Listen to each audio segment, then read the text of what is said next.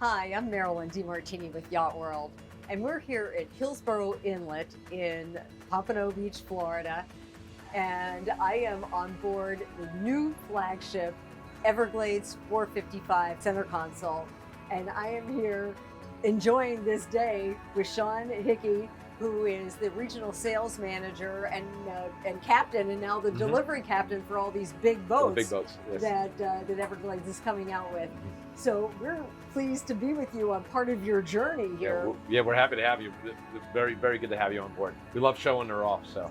Well, you've been showing her off as you started in Destin and worked your way all around the Panhandle and back up.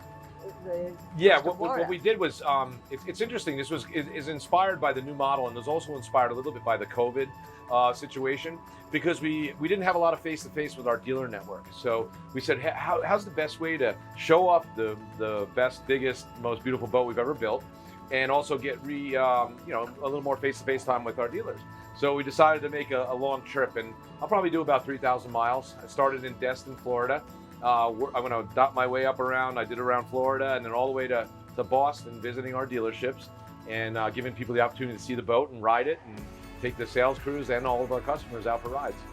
So now, as home number one, you're really using this, even though it's a sold boat, you're using this as a test boat because hull number two is in production now. That's correct. We've already made adjustments to hull number two based on what we've learned on hull number one. And we've always been a company that over tests. Our number one thing that we do when we build boats are the most important thing for us is safety, and we want to make sure the boat is right. And we build a premium boat, and we want to make sure the customer experience is the best that it can be. So we're constantly improving.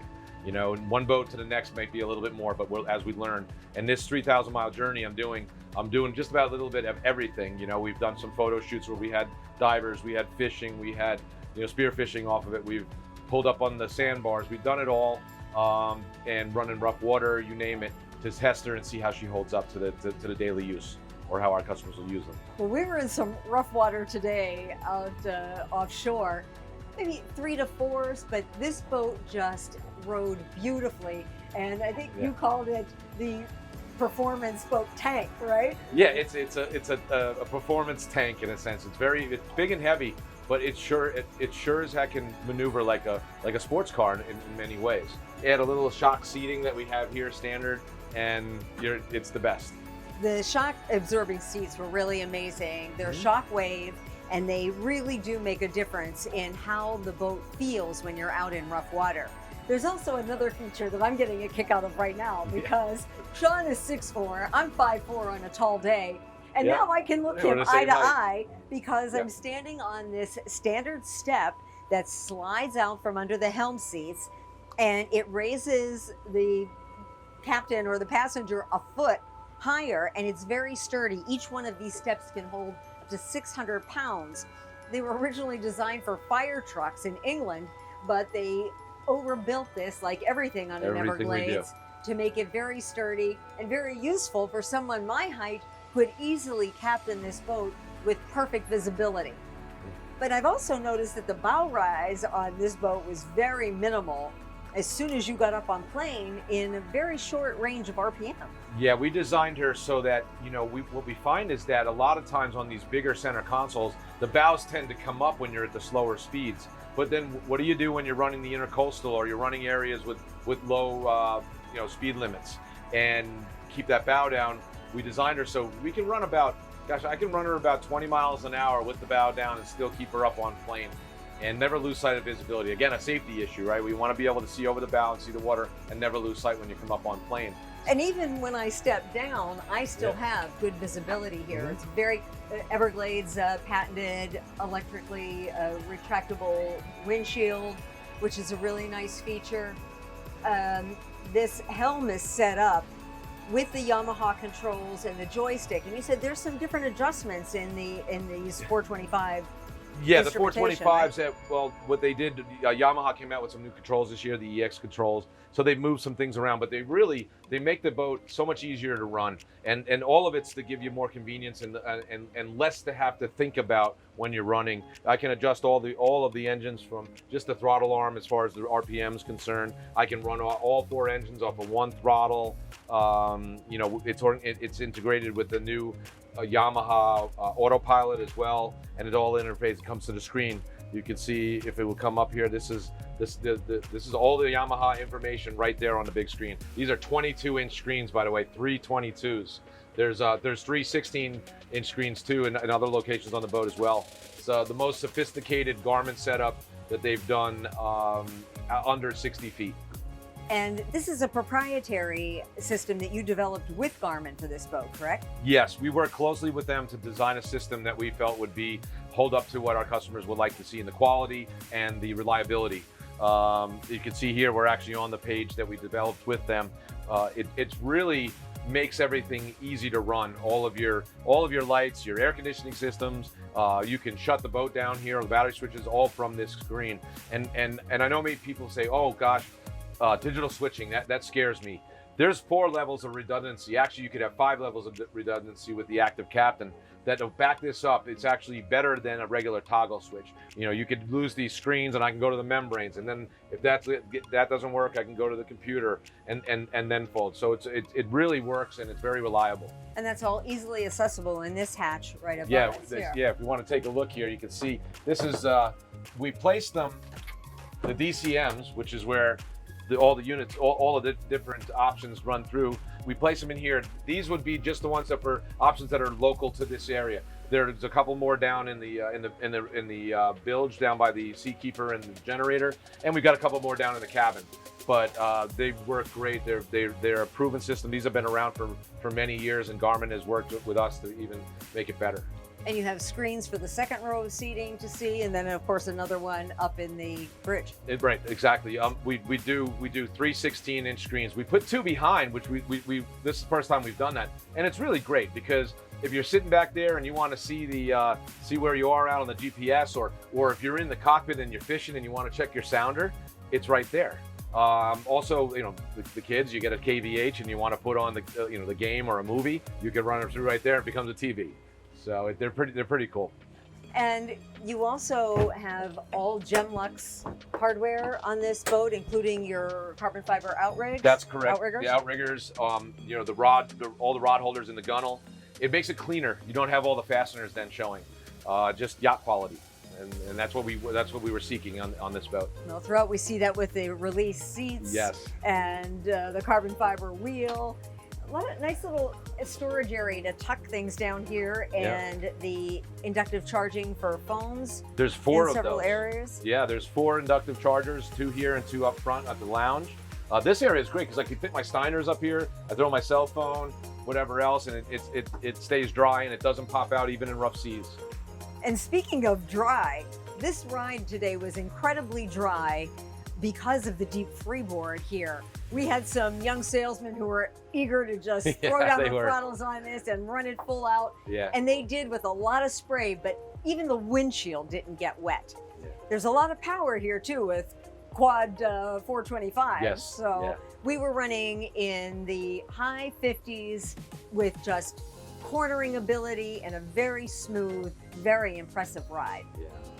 Are there any other details that you want to tell us about this boat? Well, yeah, first of all, we talk about the ride. The ride is all about Bob Doherty, our founder, who invented a system called RAMPCAP, and our hulls are one-piece solid construction with 6-pound density foam in them, and you experience that today. Nothing rattles, nothing shakes. You can see it on our website. It shows a whole video of the process and how we do that, and then we have our hull designs are a variable degree dead rise. We've got 25 degrees at the transom, and then it'll change variably across the hull depending upon what speeds you're running. But our chines are inverted and very flat, so that just kicks the spray down and away. And that's why Everglades has always been known for its soft, dry ride. Nothing rides like an Everglades. We're not the fastest, but you will be the most comfortable on our boat in the speeds that you normally run. In rough seas, you'll be able to sit back and be much more comfortable than you would on anything else. Now, you mentioned the RAMPCAP, and that provided a little bit of a challenge for you in putting in these aft off-deck fish boxes. Yes. But you worked out a way in your engineering department to do that. So for the first time, Everglades has fish boxes that have kind of a natural insulation because of all the foam. Yes. Plus you have the refrigerated box under the mezzanine seats. Mm-hmm. And you have fish boxes on the transom, 2 live wells. And I understand that one of the live wells can become a grill if you'd prefer that. That's option. correct. Yes, the live well can be a grill. A grill on the starboard side. The port side is always a live well. We have the 2 boxes in between. The one box can both of them actually can have freezer plates in them, or you can just use them as an ice box. And then there is an option to do an electrically actuated prepping station that'll raise and lower, that has saltwater washdown in it, a cutting board, a little drawer. It's really nice. We also will offer this has a really nice mezzanine seat standard that's climate controlled. Like right where we're standing right now is climate controlled as well, Okay. and back here. But the mezzanine that can be removed, and we can put a tackle center. So if you're more of a hardcore fisherman, we'll have a really nice tackle center there in exchange for it. But that recessed sink and tackle station is really a nice touch, nice. Along with the recessed trash that's on here starboard, and the Plano boxes, and then you have more tackle on the other side. So you really have a lot of fishing accents here, as well as a lot of rod storage on either side. Mm-hmm. You've got storage for your fenders and lines. I mean, there's a lot of storage in this boat. Ton. We try to utilize every space. If there's not foam there, it's being used for something. It definitely is. And also a nice robust JL infusion sound system. You have to have the good music. You have to have good sound. And Very your important to us. bow is flexible for fishing or for lounging. That's correct. We actually, what we did and we're doing it more and more on our models, is we have a table up front, and now it's designed so it goes flush into the deck. So if you want to go to the bow and not have to fight your way around a table, it's in the deck. But it also raises to 2 other uses. 1, a table, or 2, halfway between, you can set it up as a casting deck, and it locks in place. It slides forward. It's really sharp. And the backrests are removable. That's on correct. The Release front seats. again. Release seating or release backrest. There's a lot of release teak on here. A lot of room up there. We got a three people lounge here. You can run up there, and we were doing it today in pretty bumpy seas, and it was comfortable. Right. Along the backside of the boat, along the transom, there's 12 feet of seating. We've had up to 7 adults sitting there alone. You have a mezzanine seat that'll seat 3 or 4 with a child. You have the 6 seats here at the helm. You've got the lounge seats plus the 2 forward lounges, and then the buggy top as well has enough for 3 to 4 people as well. So it's definitely plenty of seating. And what's nice about your aft bench seats is that they're 3 separate sections, so they fold down, and then the middle one gives you access to the bilge. That's correct. Yeah, you can close that off so you can get to the bilge. Also, if you're fishing and you just want to seat in the back and you got to be able to work at the grill, you can utilize them instead of having to bring 12 feet of seating down all at once. Also, a nice feature that you have is the sunshade that retracts. You can control it actually right from here at the screen, because that's locked. There we go, right there. And beneath this console, you have a very large cabin, king-size berth that folds down to provide storage area. You've got an especially nice galley set up with Corian countertops and wood cabinetry. Mm-hmm. But the real stellar part of that is in this boat is a stand-up separate head and separated shower. Yes, yeah, you don't have to dry your shower every time you go in there and use a shower. It's great, and there's plenty of room in there. I'm 6'4". I can get in there. It's not tight. And one of the cool things that we did was we put a door on there that fits the boat. It's not just some acrylic door. This door, I call it a battleship door. It has 3 pins that come down. It has a stainless locking mechanism. It doesn't rattle. It doesn't shake. It'll definitely hold up to the type of conditions that you're capable of running this boat in. But it's still easy to open and close, so Piece it's of cake. user-friendly. Yeah, very user-friendly. I mean, a child could do it, but it's beefy. It's really overbuilt, just like the boat. One of the things that we were talking about, the release seats, is your end seat swivel, correct? Yes, yeah. We had a lot of demand for that on other bottles that we did, and we hadn't done it yet. So we finally engineered it. So they're really advanced seats, right? You got the release seat on top of a shock absorber. And then what we did was we designed these so they can spin. So I love it. I'll spin it to the side here. I can kick my legs up on the gunnel, or let's just say I'm trolling and I want to kick and looking aft, or just hanging out. Socializing. Yeah, socializing. With your It's really great.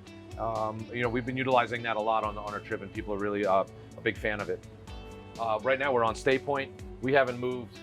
I don't think we've moved 5 to 10 feet here, and we've been here doing this for quite a while. It's a pretty amazing system. And we've also got a Seakeeper 6 on this for stability as well. Yeah, we definitely we put the best. We put a Seakeeper 6 on here standard. We also put a 15 kW Fisher Panda generator that'll handle all your power needs. But the Seakeeper, again, it's about comfort, right? Comfort and ride, and you're not rocking and rolling with an Everglades as it is. Add the Seakeeper to it, and you're a lot less fatigued at the end of the day. Well, true to form, Everglades has really paid attention to every detail on this boat and created a really stellar flagship. We're really happy to be on board one of its first cruises here. Yeah. And stay tuned for more, because there will definitely be more to come on the Everglades 455 center console. Thanks for joining us here on Yacht World.